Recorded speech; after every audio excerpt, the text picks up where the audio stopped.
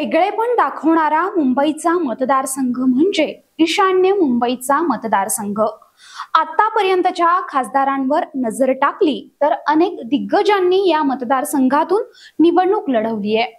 पूर्व उपनगरांमधल्या मध्यमवर्गीय आणि निम्न मध्यमवर्गीय लोक तर शिवाजीनगर भागात आर्थिक दृष्ट्या अतिशय गरीब मतदार अशी इथली परिस्थिती आहे। त्यामुळेच राजकीय पक्षांचे दिग्गज इथून निवडणूक लढवण्यास इच्छुक असतात। खरं तर हा कोणत्याही पक्षाचा बालेकिल्ला नव्हता। कधी काँग्रेस, कधी भाजप, शिवसेना युती असा विजय इथून नोंद झालेला आहे। पण मागच्या 2 निवडणुका पाहिल्या तर सलग 2 वेळा भाजपनं या मतदारसंघावर वर्चस्व मिळवलंय। 2014 ला इथून खासदार झालेल्या किरीट सोमय्या यांना भाजपनं दुसऱ्यांदा तिकीट नाकारलं तर विद्यमान खासदार मनोज कोटक यांनीही संधी नाकारली। त्यांच्या ऐवजी मुलुंडचे आमदार मिहिर कोटेचा यांना भाजपनं पसंती दिली। काय राजकीय सामाजिक परिस्थिती आहे या मतदारसंघातली, लोकसभेचा रणसंग्राम या विशेष मालिकेत पाहू। नमस्कार, मी भाग्यश्री आणि आपण पाहत आहात बखर लाईव्ह।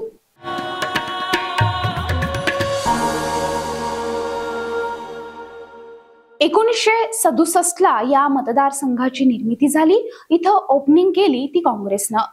सुरुवातीचे 3 खासदार काँग्रेसचे, पुढे 1977 ला सुब्रमण्यम स्वामी यांनी जनता पार्टीकडून निवडणूक लढवली।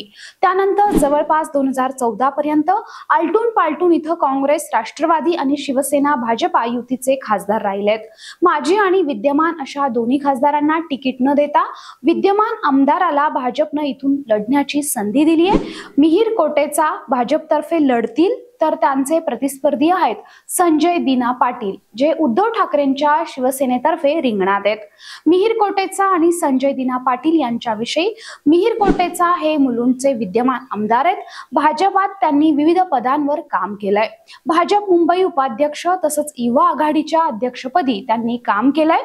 संजय दिना पाटील सर्वात आधी 2004 मध्ये भांडूपमधून विधानसभेवर निवडून आले।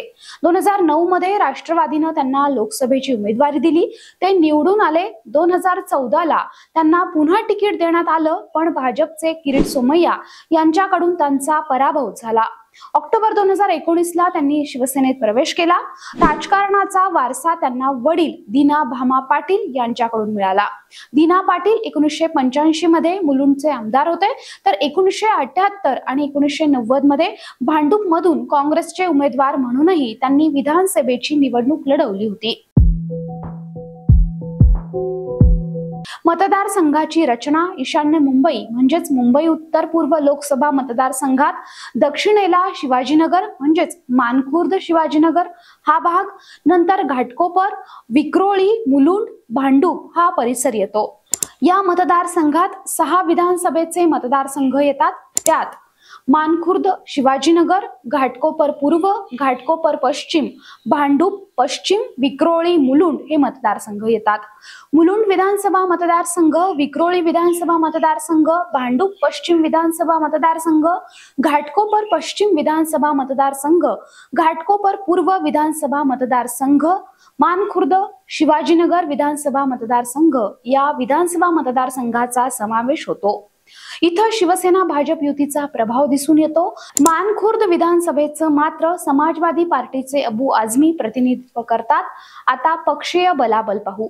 मुलुंड मिहिर कोटेचा भाजप, विक्रोळी सुनील राऊत शिवसेना, भांडूप रमेश कोरेगावकर शिवसेना, घाटकोपर पश्चिम राम कदम भाजपा, घाटकोपर पूर्व पराग शहा भाजपा, मानखुर्द शिवाजीनगर अबू आझमी समाजवादी पार्टी, किरीट सोमय्या आणि शिवसेना।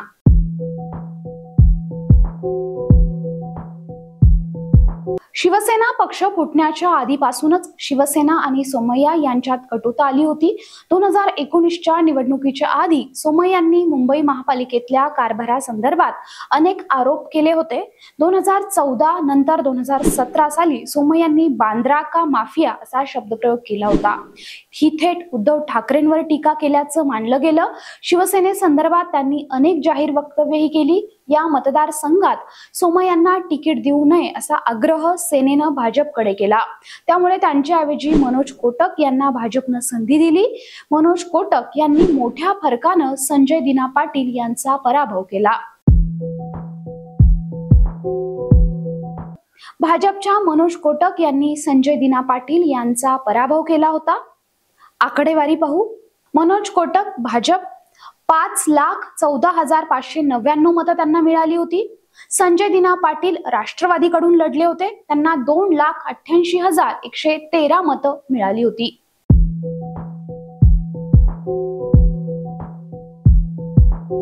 या मतदारसंघात मतदारांची संख्या पाहूयात।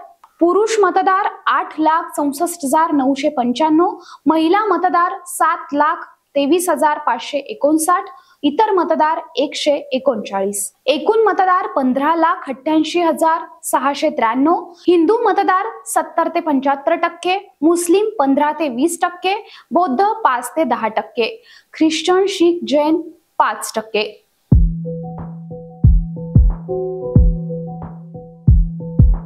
मुंबईतल्या इतर मतदारसंघाप्रमाणेच वाहतूक कोंडी, प्रदूषण, झोपडपट्ट्यांची स्थिती असे विविध प्रश्न आहेत।